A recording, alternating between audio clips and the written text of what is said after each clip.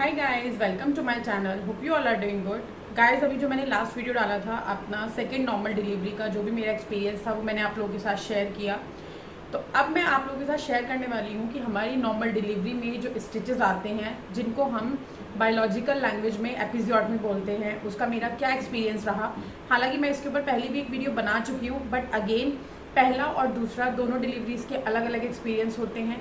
तो मैं सेकेंड जो मेरी एपिजियोटमी हुई थी नॉर्मल डिलीवरी में, जो मुझे स्टिचेस आए थे, उसमें मेरा क्या एक्सपीरियंस रहा, स्टिचेस किस तरीके से आते हैं, कितने पेनफुल होते हैं और कितने टाइम में ठीक होते हैं, ठीक करने के लिए क्या करना चाहिए, क्या मतलब डॉक्टर हमें रेमेडीज़ बताते हैं, वो सारी चीज़ें मैं आज आप लोगों के साथ शेयर करने वाली हूँ। तो मेक श्योर मेरी वीडियो को एंड तक देखें, और जिन लोगों ने चैनल सब्सक्राइब नहीं किया है प्लीज़ चैनल को सब्सक्राइब कर लें। So without any further delay let's move on to the video.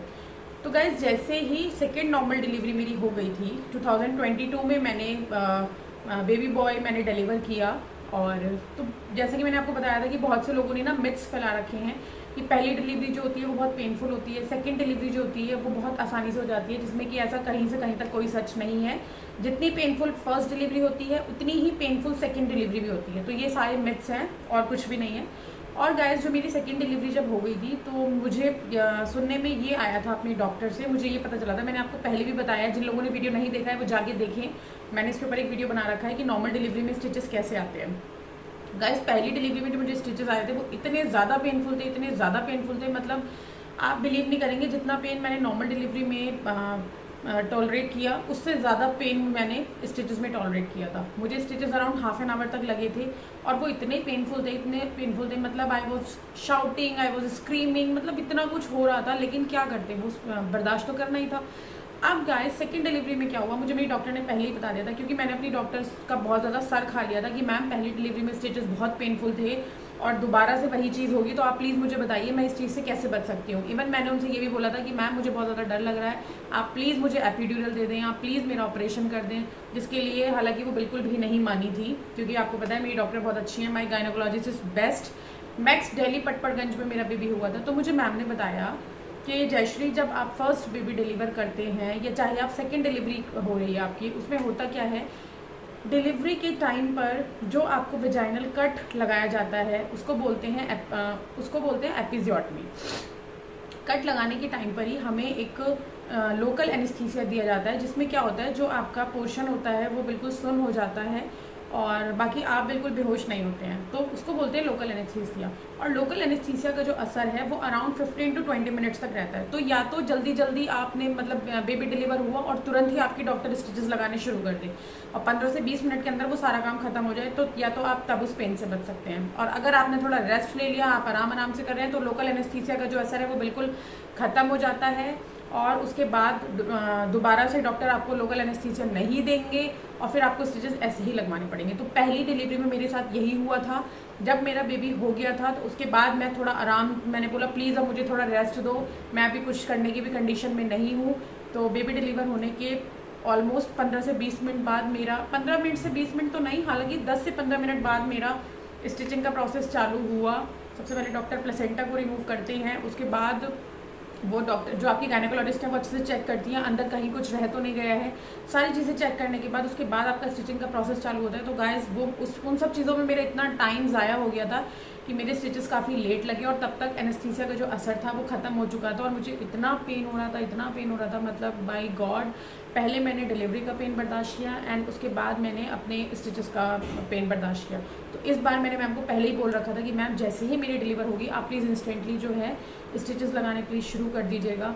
तो जैसे ही इस बार मेरा बेबी बॉय हुआ और बेबी बॉय होने के तुरंत बाद मैम ने क्या किया, पहले जल्दी से चेक किया कि अंदर कुछ है तो नहीं, प्लेसेंटा वगैरह रिमूव करने के बाद, एंड उन्होंने इंस्टेंटली स्टिचेस लगाने शुरू कर दिए। उससे गाइस क्या हुआ, मुझे उतना ज़्यादा पेन नहीं हुआ जितना मुझे फर्स्ट टाइम में हुआ था। फर्स्ट टाइम में तो मतलब बाई गॉड मेरी जान ही निकल रही थी, इतना गंदा वाला पेन था। तो सेकंड टाइम में ये वाली गलती मैंने नहीं की, मैंने बिल्कुल भी रेस्ट नहीं लिया। डॉक्टर ने जैसे ही बेबी डिलीवर हुआ प्लेसेंटा रिमूव किया, सारी चीज़ें चेक की, एवरीथिंग इज़ नॉर्मल और नॉट। और उसके बाद मैम ने तुरंत से स्टिचेस लगाने चालू कर दिए, जिससे कि मुझे हालांकि पेन तो हो रहा था बट उतना ज़्यादा नहीं था, जो पीक लेवल पे था ना फर्स्ट डिलीवरी के टाइम पे वो उतना ज़्यादा नहीं था।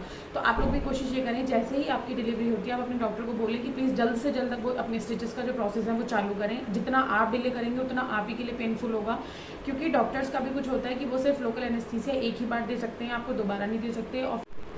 और गाइस एनेस्थीसिया आपको एक ही बार दिया जाता है, लोकल एनेस्थीसिया, और अगर आप चाहते हैं कि वो आपको पूरा एनेस्थीसिया दे दे, पूरा आपको बेहोश कर दें, तो उनको परमिशन नहीं होती है, क्योंकि ये चीज़ मैंने भी अपनी मैम से पूछी थी।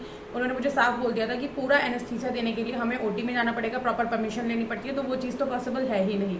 तो कोशिश ये करें कि जैसे ही आपकी डिलीवरी हो जाती है उसके तुरंत बाद आप अपना स्टिचेस का प्रोसेस चालू करा दें, तभी आप इस दर्द से थोड़ा कम राहत पा सकते हैं। दर्द हुआ था क्योंकि स्टिचेस जब आपके लगते हैं तो प्रॉपर वेजाइनल एरिया में जब लगते हैं तो पहले अंदर की तरफ भी लगाए जाते हैं, उसके बाद बाहर की तरफ भी लगाए जाते हैं। तो डिपेंड करता है आपको कितना बड़ा कट आया है। तो बस आप कोशिश ये करें कि आपकी जो डॉक्टर हैं वो जल्द से जल्द आपको स्टिचेस लगाना शुरू कर दें।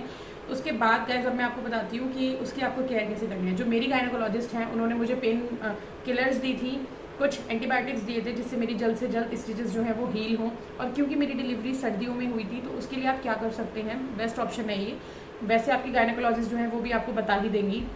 बेस्ट ऑप्शन ये है कि एक बड़ा सा आप टब लेंगे, बाथ टब, उसमें आप ल्यूक वार्म वाटर लेंगे या फिर उतना वार्म ले लें जिससे कि आप मतलब झेल सकते हैं। फिर उसके अंदर लिक्विड बीटाडीन आता है, आप लिक्विड बीटाडीन डाल के उसमें आप बैठें। उससे क्या होगा, आपके जो स्टिचेस हैं उसमें इन्फेक्शन होने का जो चांस है वो कम हो जाएगा, प्लस आपके स्टिचेस जल्दी से जल्दी हील होंगे। तो आप कोशिश ये करें कि दिन में 4 से 5 बार आप ल्यूक वार्म वाटर में बैठें, और उससे ये होगा कि जल्दी जल्दी आपके स्टिचेस ठीक हो जाएंगे और इन्फेक्शन का जो चांस है वो भी बिल्कुल ख़त्म हो जाएगा। बाकी आपको डॉक्टर ऑइंटमेंट देते हैं, मैं अपनी बात करूँ तो मुझे मेरे डॉक्टर ने बीटाडीन दिया था। उसको बिल्कुल आपको अपने हैंड्स को क्लीन करके प्रॉपर वॉश करके आपको बीटाडीन लगानी है अपने स्टिचेस वाले एरिया पर। उससे भी क्या होगा, आपके जो स्टिचेस हैं वो जल्द से जल्द ठीक होंगे। मूवमेंट्स आपको बहुत कम करनी है, लेग स्ट्रेचिंग कम करनी है, और आलती पालती मार के आपको कम बैठना है। तो यही कुछ चीज़ें हैं जिनका आपको ध्यान रखना है। बस सबसे ज़्यादा जो मुझे इस चीज़ में फ़ायदा हुआ था स्टिचेस हील होने में, वो मुझे बाथ टब में बैठने से हुआ था। मैं दिन में almost 5 to 6 time Luke warm water में बैठती थी, जिससे मुझे बहुत जल्दी मेरे स्टिचेस ठीक हो गए। I think almost 15 to 20 days में मेरे स्टिचेस बिल्कुल ठीक हो गए थे, परफेक्ट हो गए थे। बाकी आपको अपनी डाइट का बहुत अच्छे से ध्यान रखना है। आपको जो है लिक्विड्स का अच्छे से इंटेक करें, गरम गरम सूप पिएँ और गर्म पानी पिए, अजवाइन वाला पानी पिए। मतलब आपको लिक्विड्स जो हैं वो अच्छे से लेने हैं, उससे आपको डिहाइड्रेशन भी नहीं होगा और आपकी जो स्टिचेस हैं वो भी जल्दी से जल्दी ठीक होंगे। खाने का प्रॉपर ध्यान रखें, अच्छी डाइट लें, ग्रीन वेजिटेबल्स खाएं। तो इन्हीं सब चीज़ों का आपको ध्यान रखना है एंड आपकी जो स्टिचेस है वो जल्द से जल्द हील हो जाएंगे।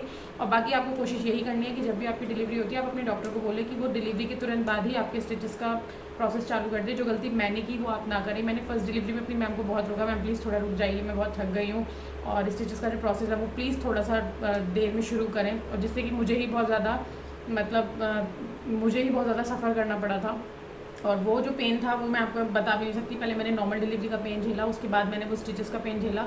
मेरे लिए ही वो मुसीबत थी। लेकिन सेकंड डिलीवरी में मैंने बेवकूफ़ी बिल्कुल भी नहीं करी। जैसे ही मेरा बेबी हुआ मुझे पता था यार पेन तो मुझे ही झेलना है, तो इसको जल्दी से जल्दी हमें ख़त्म करना है, जल्दी से जल्दी मुझे इस प्रोसेस को ख़त्म करना है। तो बस डिलीवरी के तुरंत बाद ही मैंने अपना स्टिचेस का प्रोसेस करवा के उसके बाद मैं अपने रूम में शिफ्ट हो गई थी। और हाँ, रूम में शिफ्ट नहीं किया था, उन्होंने मुझे रिकवरी रूम में रखा था। नॉर्मल डिलीवरी जितने भी लोगों की होती है उन्हें पता होगा कि जब आपको स्टिचेस वगैरह हो जाते हैं, आपको जब वो रिकवरी रूम में शिफ्ट कर देते हैं, उसके बाद डॉक्टर वेट करते हैं कि पहले आपको यूरिन पास होगा। वो लोग चेक करते हैं कि सारी चीज़ें बिल्कुल ठीक चल रही है, नहीं हमारा जो अंदर का साइकिल है वो प्रॉपर है कि नहीं है। तो जब तक आपको यूरिन पास नहीं होगा डॉक्टर आपको आपके रूम में शिफ्ट नहीं करेंगे। तो मुझे पहले रिकवरी रूम में रखा गया था। ऑलमोस्ट 5 to 6 आवर्स बाद मुझे यूरिन पास हुआ। जब मुझे यूरिन पास हो गया तब मेरी गायनेकोलॉजिस्ट ने मुझे रूम अलॉट कर दिया था और उन्होंने बोला अब आप अपने रूम में शिफ्ट हो सकते हैं। उसके बाद मैं अपने रूम में शिफ्ट हो गई थी। तो यही कुछ चीज़ें हैं आपको ध्यान रखनी है जब आपके स्टिचेस आते हैं। तो अच्छे से खाएं पिएं, अपनी हेल्थ का ध्यान रखें, स्ट्रेचिंग कम करें, वॉक थोड़ा कम करें। और डॉक्टर आपकी कुछ जब आप डिस्चार्ज लेते हैं तो डॉक्टर आपको कुछ एक्सरसाइज बताती हैं पेल्विक मसल्स को स्ट्रॉन्ग करने के लिए, तो वो भी आपको कुछ एक्सरसाइजेस करनी है, उनका भी आपको बहुत अच्छे से ध्यान रखना है। और गाइस बाकी अगर आपको कुछ भी डाउट है तो आप मुझे कमेंट करके पूछ सकते हैं। I would love to reply. See you in my next video. Till then take care, bye guys.